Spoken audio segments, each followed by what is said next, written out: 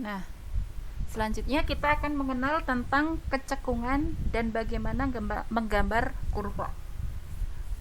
Sebelum ke menggambar kurva, kita perhatikan dulu tentang definisi kecekungan.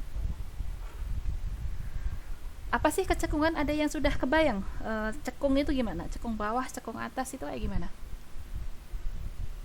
Kalau cekung atas itu gimana?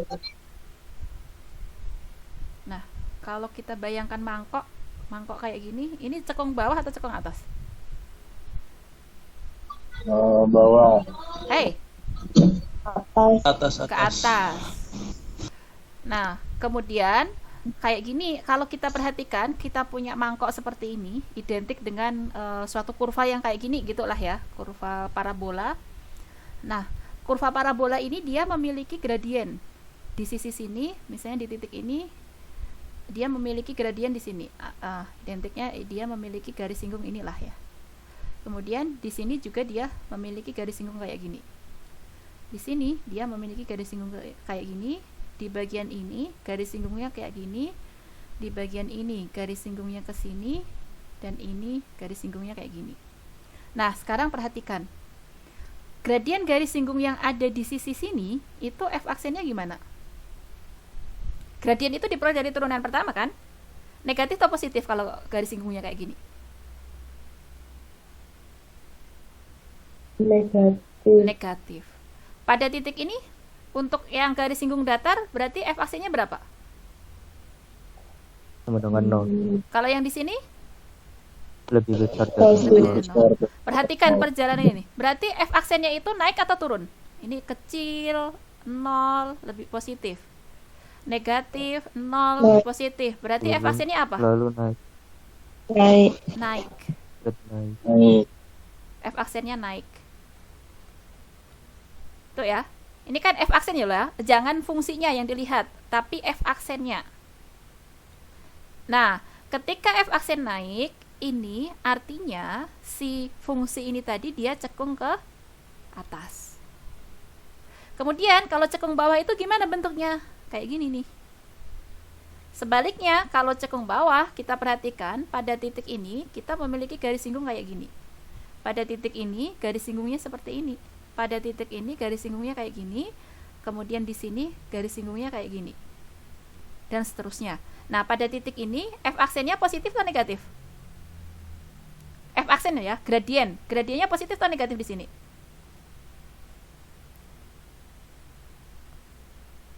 Masa lupa sih?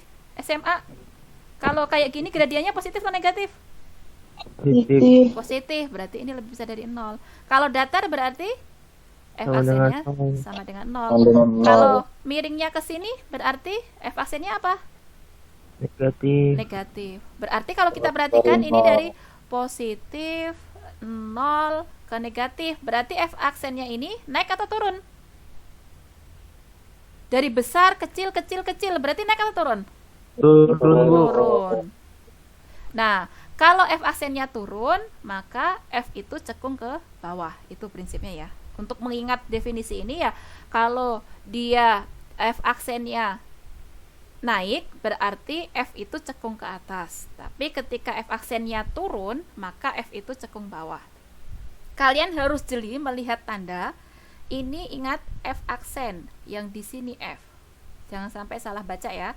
Yang ini ketika f aksennya turun, maka f-nya cekung bawah.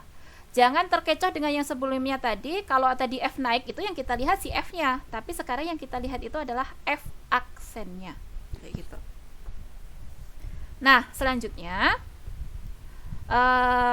kita bisa menggunakan uji turunan kedua dari suatu kecekungan fungsi. Yaitu apa? Gunakan ini. Ada dua hal.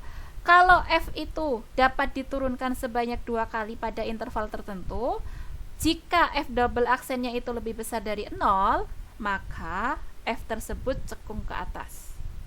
Selanjutnya, jika f double aksennya itu kurang dari 0, maka f tersebut cekung ke bawah. Nanti kita bisa mengatakan f cekung atas, f cekung bawah itu dengan melihat f double aksennya atau turunan keduanya. Kayak gitu. Biar lebih jelas, coba kita langsung saja aplikasikan ke contoh 1.5. Yang poin A, ini kita disuruh mencari interval di mana fungsi yang diketahui ini cekung atas atau cekung bawah. Yang paling mudah kita pelajari dulu yang poin A. Yang poin A di situ fx-nya apa berarti? X pangkat 3. X X pangkat pangkat 3. 3. Hati-hati, di sini kita disuruh melihat cekung atas atau cekung bawah. Cekung atas atau cekung bawah bisa kita lihat dari turunan keduanya. Yaitu apa? Ya berarti kita harus mencari turunan keduanya. Sebelum mencari keturunan kedua, berarti kita cari turunan pertamanya dulu. Turunan pertama dari fx apa? 3x 3x kuadrat. Turunan keduanya apa? 6X. 6x. 6x. Kayak gini. Nah, selanjutnya dari situ kita lihat F double aksen ini positif atau negatif. Nah, kita belum bisa menyimpulkan ini positif atau negatif karena dia masih mengandung variabel X. Ya, berarti kalau seperti itu ya kita buat dulu F double aksen X-nya itu sama dengan 0. Artinya apa? 6X itu sama dengan 0. Berarti yang membuat ini 0 siapa? Ya, X sama dengan 0. Kayak gitu. Ingat ya, ini dari F double aksennya. Nah, selanjutnya ketika kita sudah mendapatkan X ini kita bawa ke garis bilangan. Hati-hati. Garis bilangan ini kita dapatnya dari F double aksen karena di sini kita sedang mau melihat kecekungan ya. Nah, kemudian ketika kita sudah bawa ke garis bilangan si 0 ini sama halnya dengan yang sebelumnya tadi, identifikasi titik. Di sebelah kirinya 0 itu ada min 1, sebelah kanannya 0 ada 1. Tapi hati-hati, di sini harus kita substitusikan F double aksen min 1. Nah, tadi kita tahu F double aksennya siapa? 6x. Berarti di sini jadi berapa? Min 6. Min 6. Berarti tandanya positif atau negatif? Negatif. Negatif. Tempatnya nggak cukup ya. Sebentar, saya rapikan dulu. Nabrak.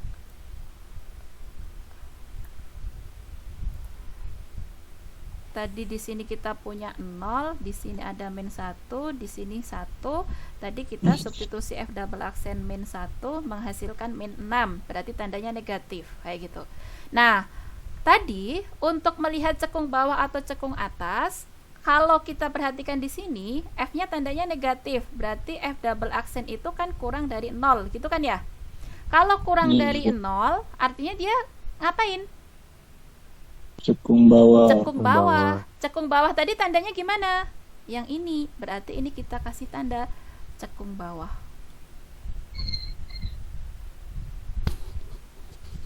Paham? Paham, Bu. Nah, selanjutnya di sebelah kanan 0 itu ada 1. Berarti kita hitung F double aksen 1. Berarti berapa F double aksen 1? 6. Berarti kita bisa mengatakan F double aksen positif atau negatif? Positif. Atau bisa kita tanda kayak gini. Cekung atas atau cekung bawah berdasarkan ini? Bawah. Cekung atas. Cekung atas. Kalau cekung atas tadi gimana? Untuk U. Kayak mangkok gitu ya. Nah, kayak gitu.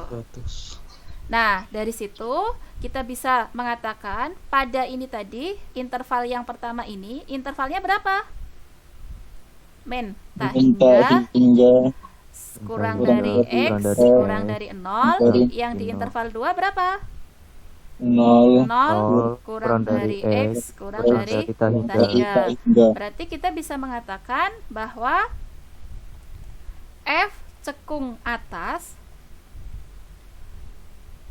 pada interval apa? Cekung atas. Ayo mana? 0 kurang dari 0 kurang dari X, kurang dari tak hingga. F cekung bawah? Kurang dari tak hingga. Minus Min tak hingga kurang dari X, kurang dari 0. kurang dari 0. Bisa dipahami? Bisa, Bu. Oke. Yang kedua, yang poin B. Poin B gimana tuh? Kita punya efeknya apa? X kuadrat F aksennya apa? 2X F double aksennya apa?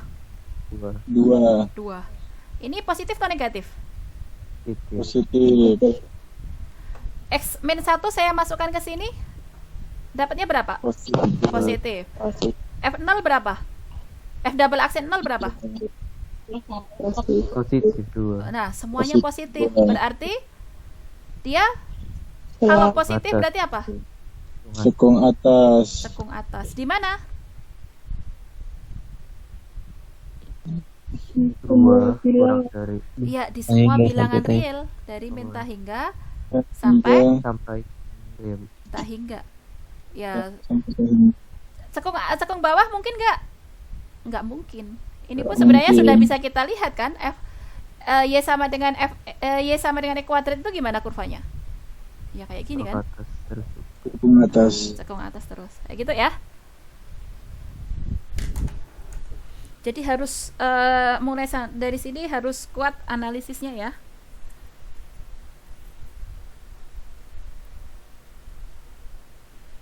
Oke, silahkan kalau ada yang mau ditanyakan.